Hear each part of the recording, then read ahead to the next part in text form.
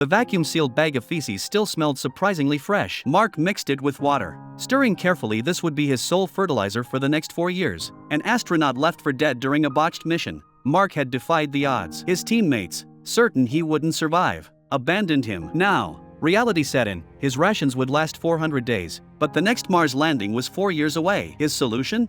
Farming potatoes in Martian soil. The barren ground lacked nutrients, so Mark rationed his teammates' leftover feces, precious little of it. He dug pits, sprinkled bits into each, buried potato cuttings, and watered them. Water was scarce, but he improvised, dragging out the base's hydrogen tanks, shaving wood scraps for kindling, and igniting a jury-rigged reactor. After several attempts in his riot gear, condensation finally dripped inside the greenhouse. Then, he waited. On day 48, the first sprout emerged. While Mark prepped for his eventual rescue, NASA held a lavish funeral for him back on Earth. The cruel irony? The next landing would be 3,200 kilometers away. He'd need to trek there, but Mars' extreme temperatures defeated him, freezing his lips blue, breath fogging the helmet. Defeated, he retreated. By day 79, potatoes matured. He ate the large ones, replanted the small. The harvest left debris. Cleaning took hours, but savoring a steaming potato, Mark felt a rare contentment. Then a breakthrough. A satellite appeared on his map, close enough to signal Earth. He raced the rover toward it.